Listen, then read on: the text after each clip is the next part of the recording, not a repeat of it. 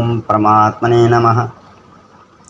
47वें श्लोक में भगवान ने हमें बताया कि हमें अपने कर्तव्य कर्मों को करना ही चाहिए, फल को ध्यान में रखकर नहीं बल्कि कर्तव्य समझकर। वैसे भी कर्म किए बिना हम रह नहीं सकते, काम करना ही पड़ता है। हमारी इंद्रियों को कुछ ना कुछ तो क्यों ना अच्छा शुभ ही करें। हमारे सामने शुभ और अशुभ दोनों ही परिस्थितियाँ होती हैं और चयन हमारा होता है फल और आसक्ति को देखकर। हम कर्म को करते समय यह ध्यान रखें कि मैं अलग हूँ और शरीर अलग। शरीर के सारे कर्म संसार के लिए ही हैं, संसार तक के ही हैं और मैं केवल साक्षी मात्र हूँ, देखने वाला हूँ। इन कर्मों के फल से मेरा कोई लेना देना नहीं है। जैसे कोई व्यक्ति किसी दूसरे व्यक्ति को काम करते हुए देखता है, जैसे कोई व्यक्ति किसी दूसरे व्यक्ति का कोई काम कर रहा है और हम देखते हैं, पर उस काम में हम कहीं से भी लिपायमानी होते हैं, उस काम से हमारा कोई लेना देना नहीं है। हमारा कोई उसमें ना कोई अहम भाव आता है, ना कोई स्वार्थ आता है, कुछ भी नहीं होता। ऐसे ही हम संसार के कर्म करते समय उस कर्म से लिप्त नहीं होंगे, उस कर्म और उस कर्म के परिणाम से होने वाले फल में आसक्त नहीं होंगे, तो हमें क्या लाभ होगा, हमारे कर्म का क्या परिणाम होगा। भगवान जी गीता जी के दूसरे अध्याय के 48वें श्लोक में इस बात को बताते हैं।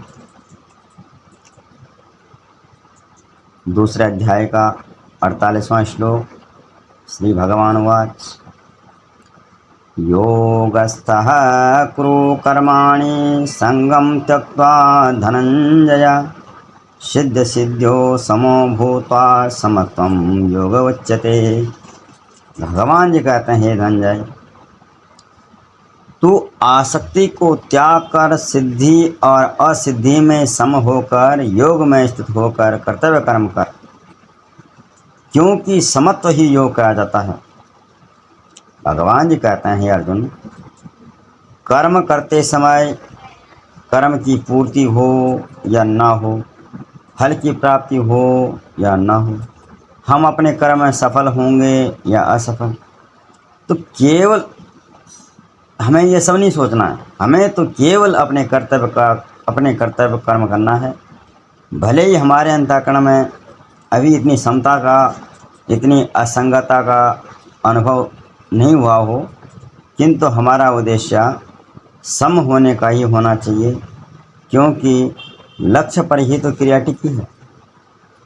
जैसे हमें दिल्ली से गांव जाना है, तो जाने से पहले हम लक्ष्य तय करते हैं कि भाई मुझे वहाँ जाना है, तभी तो हम उसको क्रिया में लगते हैं और फिर समय पाकर हम एक दिन लक्ष्य तक पहुँच भी जाते हैं। ऐसे ही हमें भले ही असंगता का अनुभव नहीं हुआ है, अभी समता हमारे अंतःकरण में नहीं बैठी है, पर हमें लक्ष्य बनाना है और लक्ष्य बनाएंगे तो समय पर हम वहाँ तक पहुँच ही जाएंगे, उस स्थिति तक पहुँच ही जाएंगे। कर्म का पूरा होना या न होना सांसारिक दृष्टि से उसका फल हमारे अनुकूल हो या प्रतिकूल, उस कर्म से आदर मिलेगा या निरादर, प्रशंसा मिले या निंदा, अंतःकरण की शुद्धि हुई या न हुई, आदि आदि जो सिद्धि असिद्धियाँ हैं, उसमें सम रहने का नाम ही समता है। और ऐसी समता निरंतर हर कर्म को करते समय बनी रही। हमारा किसी एक तरफ झुकाव ना हो, अपनी चाह ना हो कि भाई ऐसा ही होना चाहिए, ऐसे ही ठीक है, ऐसे ही ठीक है, तो ये सोचकर हम कर्म ना करें। हम कर्म को अच्छे से करें और परिणाम में निर्लिप्त रहें, अपनी चाह नहीं रखेंगे, पक्षपात नहीं करेंगे, तो करते समय जो उसका परिणाम होगा उसमें हम सम होंगे। और ये समता ही योग है और समता परमात्मा का स्वरूप है। जैसे बादल जल बरसाता है, तो ये सोचकर नहीं कि किसको फ़ायदा हुआ है, किसको नुकसान होगा, उसको अपना काम करना है, बाकी लोग अपने हिसाब से उसका उपयोग करेंगे। चंद्रमा अपनी चांदनी बिखेरती हैं, अंधकार दूर करती हैं, और संसार के जीव अपने अपने हिसाब से उसका उपयोग करते हैं। किसी को फ़ायदा होता है तो किसी को नुकसान भी होता है। ऐसे ही भगवान सूरज गर्मियों में खूब गर्मी बरसाते हैं। तो गर्मी बरसाते हैं इसका मतलब ये नहीं कि सबको नुकसान ही हो रहा हो, ऐसा नहीं है। किसी को नुकसान होता है, किसी को फ़ायदा होता है। अपनी किरणों से जल को सोखते हैं, सोख करके आसमान में बादलों को देते हैं, और वही बादल बारिश बन करके संसार के जीवों का पोषण करते हैं। अगर गर्मी से उस पानी को नहीं सोखेंगे तो बारिश कहाँ से आएगी? तो ये सब चलता रहता है।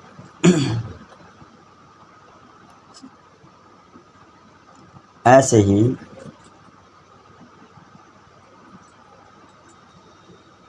हमारे कर्म हमारे शरीर द्वारा संसार के लिए हैं, अपने लिए नहीं। हमारा कर्म से कोई सीधा संबंध नहीं होता, वैसे भी केवल भाव ही होता है। आसक्ति हमें फंसाती है। जैसे कोई कहे कि पुत्र की चर्चा करे, तो हम सुनकर भी हमारे मन में कोई हलचल नहीं होती। लेकिन कोई हमारा नाम ले करके कहे मोहन का बेटा, इतना शब्द भी अगर हमारे कान में पड़ता है तो हम चौकन्ने हो जाते हैं सुनने के लिए। क्या बात है भाई, ये मेरा नाम क्यों ले रहा, मेरे बेटे को क्यों बोल रहा? तो मेरा जो ये भाव है, मैंने संबंध बना रखा है, ये ममता का, मैं और मेरा, यही हमारे लिए पशु बुद्धि का कार्य करता है। पशु यानी पास्ट, यानी हमको शरीर में बांधने का काम करता है। भगवान की नज़र में जो योग की परिभाषा है वह समता है।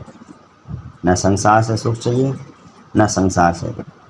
जैसे हमारे शरीर पर दाद होता है तो हम खुजलाते हैं, बड़ा सुख मिलता है, अच्छा लगता है, किंतु उसके साथ साथ जलन भी होती है। ऐसे ही संसार से सुख लेंगे तो दुख भी साथ ही आएगा। भोगना, संग्रह करना, ये चाहिए, इतना चाहिए, ऐसा बनना है, वैसा बनना है, यह संसारी जीव का उद्देश्य संसार तक की, संसार में बने रहने का, संसार में घूमते रहने का कारण है। जैसा उद्देश्य होगा वैसी क्रिया होगी और वैसे ही फल होगा। ऐसी सिद्धि मिले न मिले, लाभ हो हानि हो, अनुकूल हो स्थिति आए, प्रतिकूल परिस्थिति आए, तो मुझे तो सम रहना है, राग द्वेष नहीं करना, कहीं फंसना नहीं है। और ये समता का उद्देश्य, यह निर्भरता का उद्देश्य अगर हमारा होगा तो एक दिन हम समता तक पहुंच जाएंगे। और समता का नाम क्या है? योग। और योग का मतलब क्या है? परमात्मा से जुड़ना। धन्यवाद। कल हम देखेंगे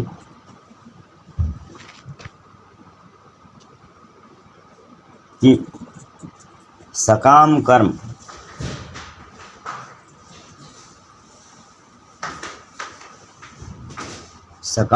की अपेक्षा समबुद्धि की श्रेष्ठता क्या है, ये सब देखेंगे। धन्यवाद। अरे ठीक है भैया।